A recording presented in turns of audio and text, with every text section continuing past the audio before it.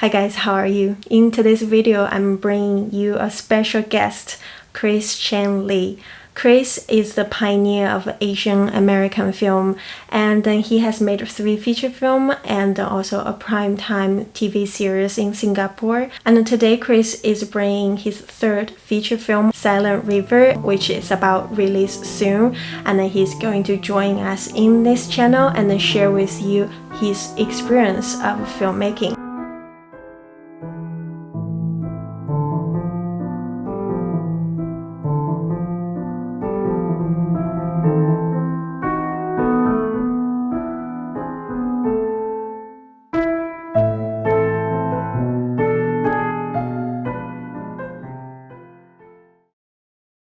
Hi Chris, thank you so much for joining us in this channel, and can you introduce yourself to my audience as well as sharing with us a little bit about your 3rd feature film, Silent River. What's the film about? Hey, hi, thank you, Nani. I'm Chris Chan Lee, writer, director, producer, filmmaker, currently on the road with my 3rd feature film, Silent River, which is coming out commercially this fall of 2022 on October 25th through Gravitas Ventures. It'll be available on iTunes and Apple TV, and we hope and expect other platforms thereafter as it rolls out. Silent River is a mind-bending drama thriller about a man who stays over at a remote desert hotel on the way to try to go across state to reconcile with the love of his life. And while he's at the hotel, he meets this mysterious woman and becomes very intrigued and involved in her objectives and her purpose for being in this kind of purgatory world. And we start to upend the sense of reality and subjectivity as these 2 strangers collide and get very involved with each other's lives. So it is really about the sort of being engaged and following these characters through this otherworldly experience, and to try to put the audience in the core of the central characters of having this very subjective, personal, emotional experience as their relationships evolve. I watched the film through a film festival back then, and you won a lot of different awards and attending a lot of film festival. And personally, when I watched the film, I do have the experience of almost like you take me on a ride. An emotional ride kind of through the wave of the journey. And then the filmmaking, I have to talk about filmmaking a little bit later. It's so unique, the style that you using, camera lens, lighting, and then just in general. But before we talk about the filmmaking stuff, I just want to you share with my audience a little bit about how the film come about. Like, why did you decide to make this film? I heard you talk about that before, and I thought it was like a very inspiring story. Oh, thanks, Nani. And it's been great to meet you on the festival circuit as well. And congratulations with Beneath the Banyan Tree. Thank you. Really enjoyed the film, and it's been a great success. So great to meet other fellow filmmakers on this crazy path of independent filmmaking, right? And Yeah. Yeah, and I understand that a lot of people who watch your channel are into filmmaking and production and do this as well. So thank you for people who are watching. Like many of us filmmakers, I have a lot of projects I've been developing over the years. I have completed scripts, I have ideas, I have series, pitches and pilots, etc., that I'm trying to get off the ground. All things that I hope to do in the coming future. But about 4 years ago, while trying to get these other bigger projects launched, bigger in the sense of they required more resources and financing, and I had to get lots of entities involved to be able to get back into the director's chair and make this next movie. I was getting really frustrated. And, I live in Los Angeles. I'm based here in LA. I spent, my entire adult life working in production and making films, both as a writer-director, but also in other capacities in development and production as a director of photography, and in post as an editor and a supervisor, et cetera. So like a lot of my fellow independent filmmakers, I know production very well. And it got to the point about 3, 4 years ago where me and my collaborators, my colleagues, we were just getting really frustrated. Like, why we know how to make a movie. Why are we waiting to get permission to make a film? It's is ridiculous, you know? Like, we could just go take out a camera right now and start shooting something. I don't need to ask. It's not like many years ago where it's so expensive to make a film that you had to have a lot of money even to make the most simple of projects, you know. Now there were just so many choices that we really wanted to seize the moment. And what my producing partner Wes Ling and I, and West is also the lead actor in the film along with Amy Zhang and Max Fogno, we were like, well, let's just do it and let's craft a film. Like, we don't want to just make anything. We still want it to be a challenging film that we're proud of, that speaks to us as where we are at as artists and as storytellers. But you can still do that as an independent film. And why not just go out there and make the film without asking for permission? And that's exactly what we did. We went out, okay, there's a big story about production. Maybe we'll get into some nitty gritty later. But, we shot the film in 2019. It was about a 2-week shoot spread over a month-long period. And then the pandemic happened, which caught everybody off guard. But fortunately, we had the film in the can. So I did post-production for at least a year or more during the lockdown. And that's kind of how we got to where we are now. Yeah. So do you have the script in place already at the time that you decide to make this film, or no? 'Cause the No, story, I did not have the script ready. I We were see. just talking about ideas. And we first were like, let's make a movie. That was the first idea, right? And Wow. then it was kicking things around. And West was able to bring in he had a lead on getting us a hotel location that we could shoot at, that would also put up our crew and all that kind of stuff. And on a small film, like, the locations, it's like a big part of, right, being able to pull it off.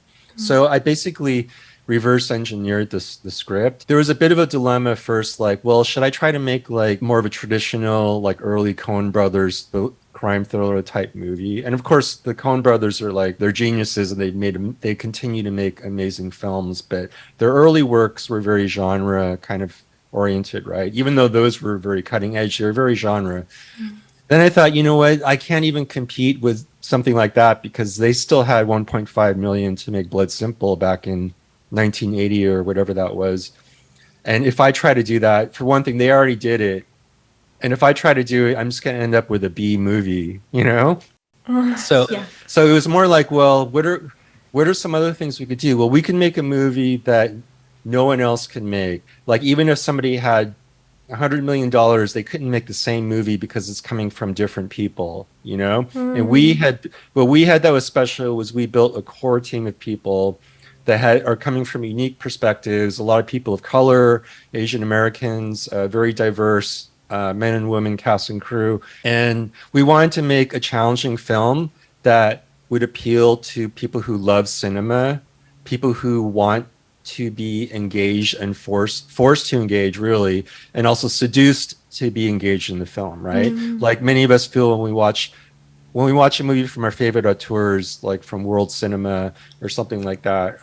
Like one example might be like David Lynch or Stanley Kubrick or Wong Kar-wai or one of those cinematic heroes. Like, you can't just casually walk into one of their movies expecting a popcorn film, which is great too, is a different experience, right? But sometimes you're ready and you have the energy and you want to get into something that is going to be different, that's going to come from a unique voice, that's going to come from the voice of our team specifically, so that you know that you're seeing something that you can only see within this family, within this household, right? And that's what we set out to do. So I wrote the script.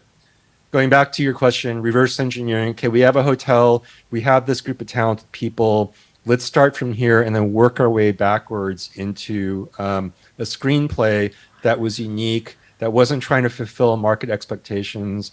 We're not trying to get the permission of anybody else. This is a film that only we could make by ourselves, you know? I'm going to try to make my answers shorter going forward. So This is amazing. This is the part that I feel like it's so inspiring because a lot of time, a lot of filmmaker or aspiring filmmaker, the biggest doubt and fear we have is like how we get the money, how we find the people to do those things, how can we get the permission to do this kind of things. And then we always have so much creative visions, and then you just decide to give yourself the permission and then kind of take the opportunity in your own hands. yeah, and you know this, Nani, and this is Yeah. something that a lot of filmmakers learn. Like, I think in the very beginning, there's this desire to be like, oh, I want to be like Quentin Tarantino, or I want to be like Wong Kar-wai, I want to be Spielberg, or something like that, Yeah. right? Um, but but then you realize, but you're like, but I'm not like them. I'm different. I'm Asian American. You know, where do I fit? Blah blah blah. But the key is that I think you and I have learned, and that a lot of filmmakers learn, is you actually embrace what it is about you as a storyteller and as a filmmaker that is unique, and that is something that you have to offer that stands out from the crowd. So that's certainly what we try to do. You know, yeah. Yeah.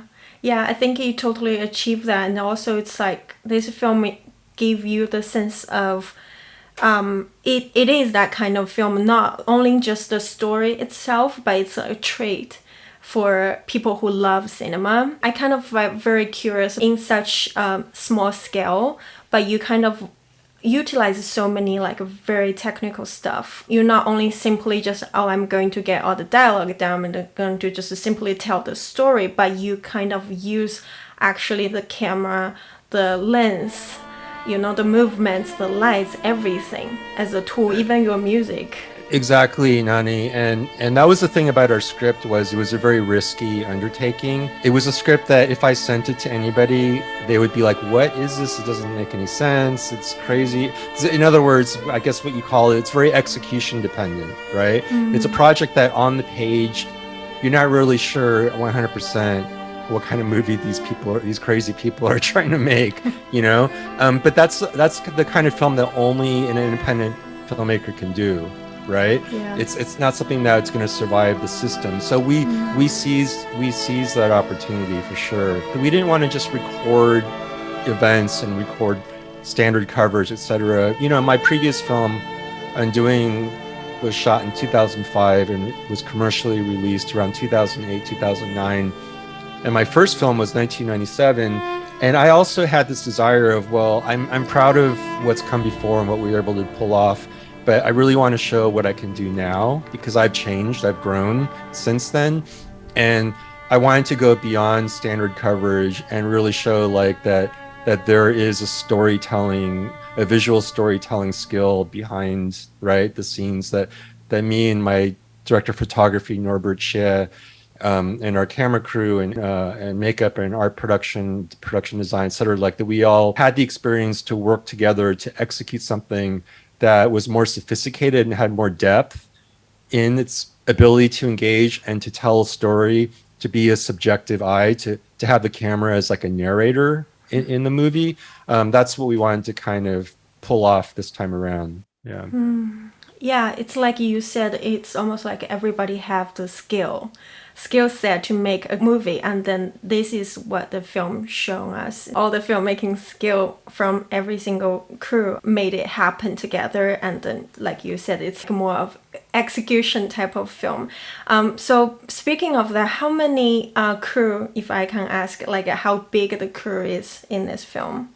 I forget the head count, but it was roughly the size of like a mid-sized student film crew. Because I know like there are really extravagant student films that have like huge professional crews and stuff like that. I know that that's going on, but this kind of harkened back to, because I went to USC Film School, and although it was really difficult and you know we were all really young and learning, etc., the one thing I really loved about it was just on a typical film is having a really tight core group of people, not like 100 people, but maybe more like, you know, 20, 25 people, and then actually on set, like even just a dozen people or something like that.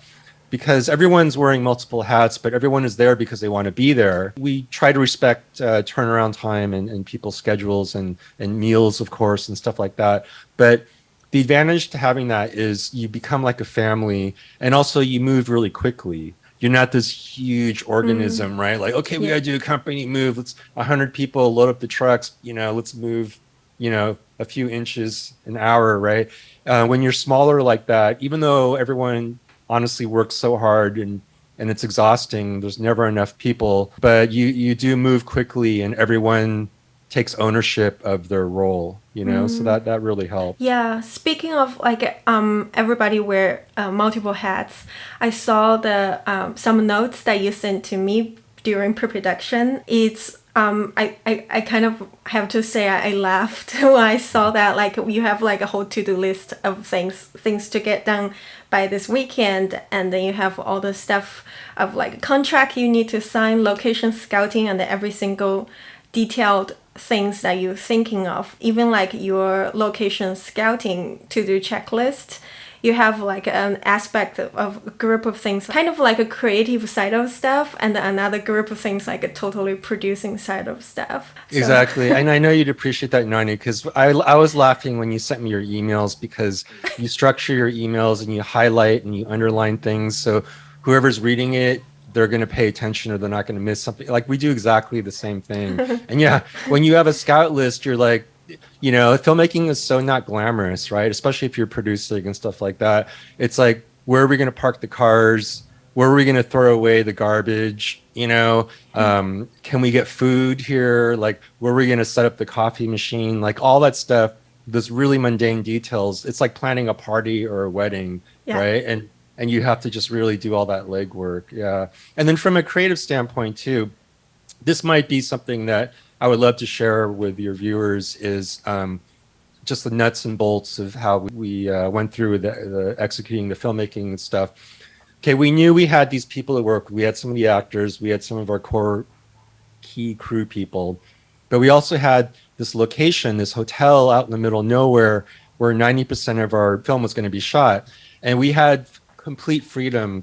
We have total access to it, right? Because we can't afford to throw money at every problem. So whatever privilege we had, we tried to make the most of it. So before even like proper pre-production, like a year beforehand, while I was still on the early drafts of my script, we went on a few tech scouts, and we went there and we were looking for the garbage cans, we were looking for parking and all that stuff. But also we were looking at all the hotel rooms, and because they were all a little bit different, right? Like the corner unit, the next door unit with a door in between. I brought measuring tapes. Norbert, our director of photography, brought a camera.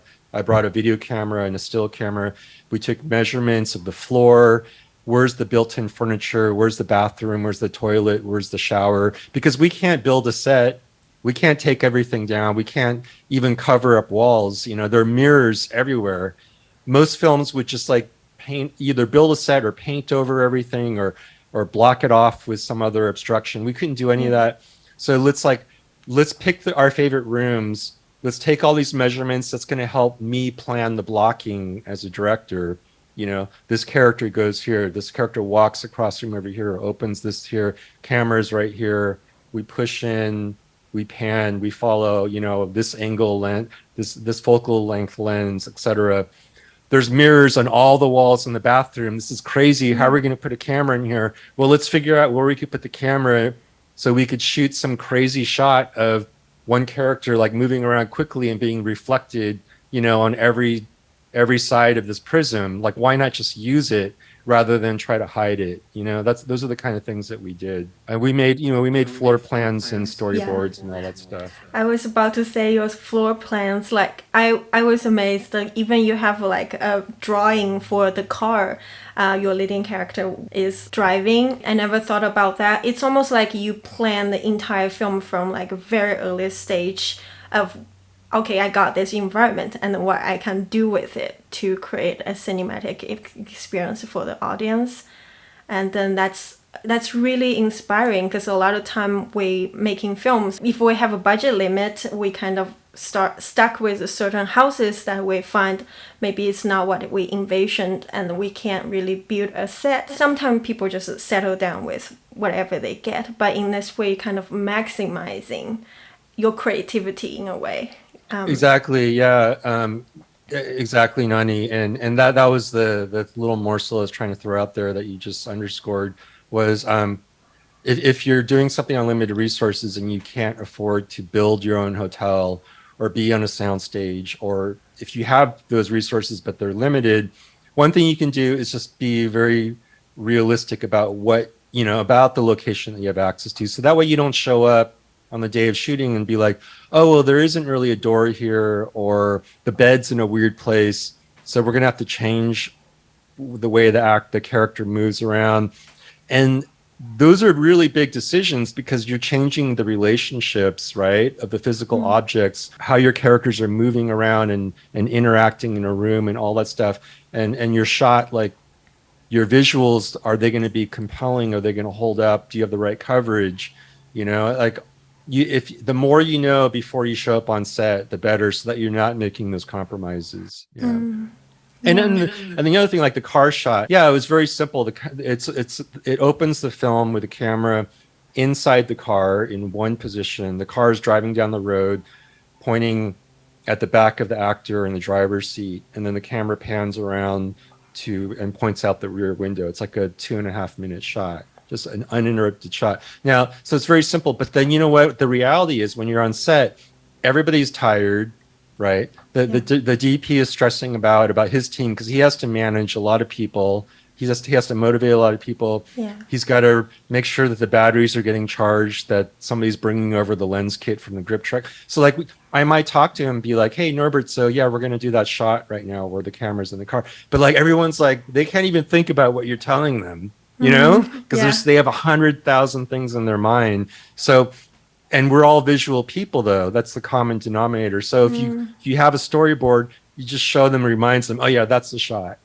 Even though it sounds simple on paper, it's a shorthand. So you have everything planned, everything visual, and you share that with the team. And then that's also like an advantage of you doing this whole project reverse engineer. Like you have the location, so you have the advantage of be able to create a very specific storyboard for the film. Just like a Coen brother you're talking about, they like to have their very specific storyboard, but they can build a sound stage for whatever they're trying to achieve. And then now you kind of give yourself that opportunity to do that as well. Exactly. So for the most part, with the visual design, I'm including not just cinematography, but with the costumes and wardrobe, makeup and production design, etc. So we did as much as we could, in pre-planning and on the set. Jen Diamore was very resourceful as our production designer, and she had an extremely limited schedule because she's living in another country. So, but I knew her from working on other things together, and she like really pulled through to get all the props and all the artwork that we needed hanging on the walls and all the stuff on set ready to go. It was kind of a miracle, honestly. Probably the things that you can't really control while you're shooting is like the editing and also the music and sound design. I benefited because I'm also an editor, so I edited the film. But as far as like the music, our composer Brian Ralston, he didn't come on until after the movie was at least in a rough cut. And you saw the film, so like you see the contribution that he made to the project was pretty huge in terms of the music really being like another character and narrating scenes and also offering counterpoint or being an antagonist in a scene. And that was like a huge part of the collaborative process. And of course, sound design, like you don't have a film unless you have, really well executed creative sound design, which is where Eric Jolly came in as sound designer and re-recording mixer. The music is really just like kind of another character for your film, and it's plays such a huge part of the film. Can you like give us quickly a little bit chat on like how you work with your composer, how you collaborate with him to make him to help you structure this whole story in the way that you want. Yeah, Brian and I had meetings in the early part of the process to try to get to the root of what we were going for. But Brian Ralston, our composer, really took initiative and made it his own in terms of taking those conversations and looking at the film and executing, a clear vision of how the music would service the story and the characters. One of the things that he did was he recorded some very strange instrumentation. Like he went to this warehouse facility that had all these really unique, hard to find acoustic and string instruments and stuff, and he recorded sounds, because the basis of Silent River is it's not our normal physical world, it's this other alternate universe. So he sort of took that and ran with it and created like he used these very strange voices in his compositions, right? So there's only a few touchstones in the film. There's like one source music. In other words, one song from a singer-songwriter, Go Nakamura. That's the only one in the film. And then there's like a Chopin piece and there's like a jazz piece.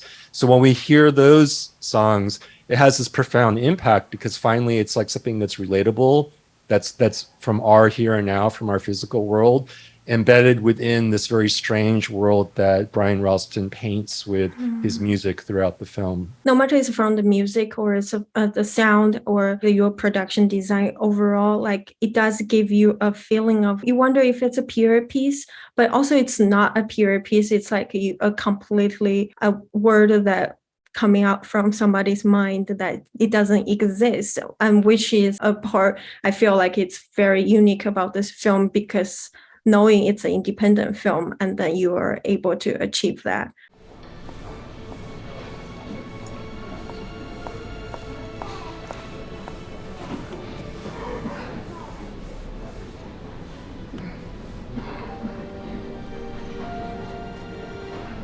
Is something wrong?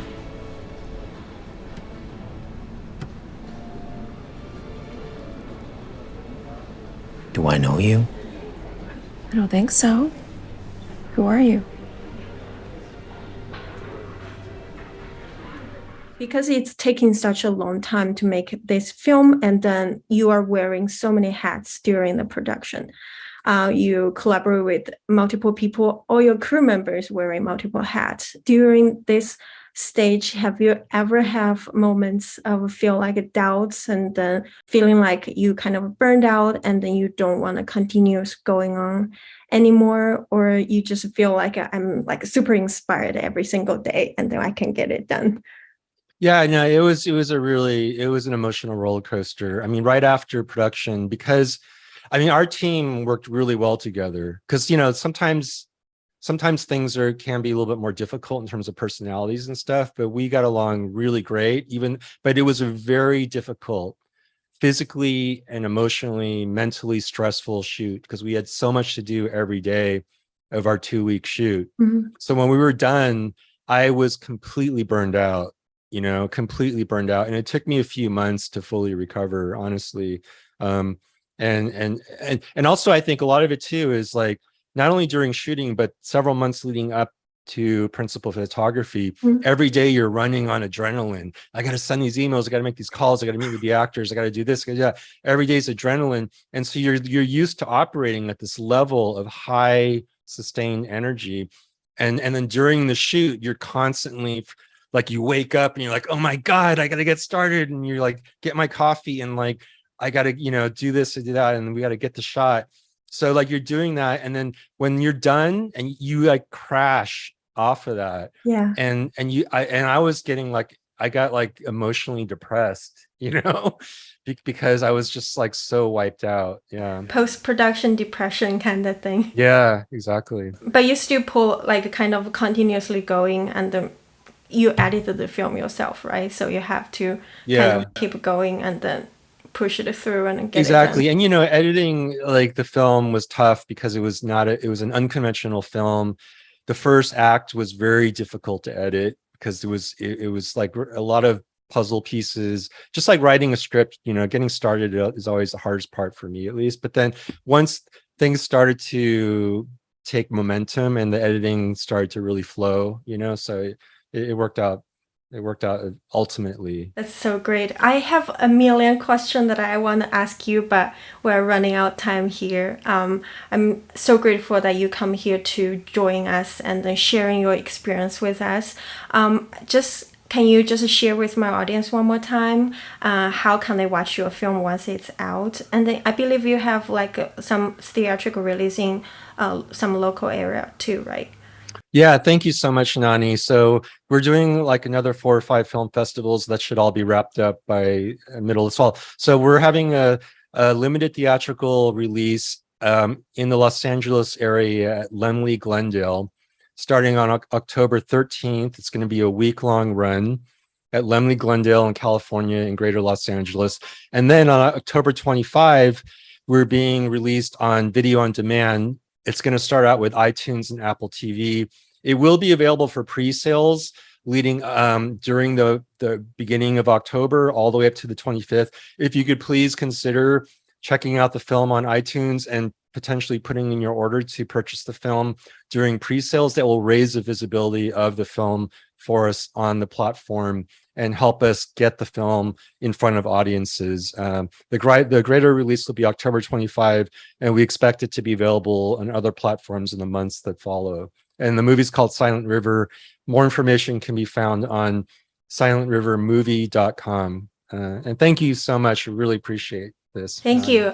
I'm going to put all the information that you just shared with me here down the description below. So everybody, if you can support indie film, and especially this film, it's very worthwhile to watch and then go on that emotional journey. I'm going to put all the link down below, and be sure to check out the pre-sale to support the film.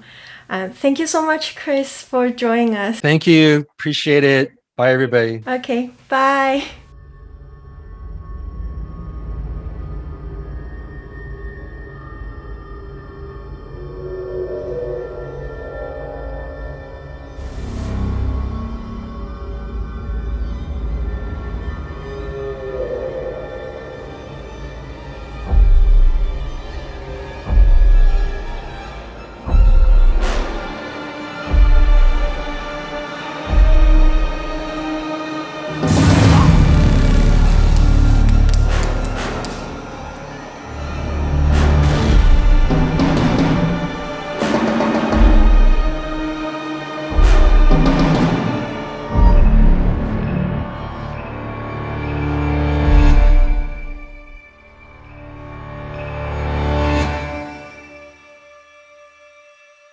Your name is Greta. Yes. Will you please tell me who Patrick is to you? The others are slowly disappearing. Everything fades under the sun. We all need to leave.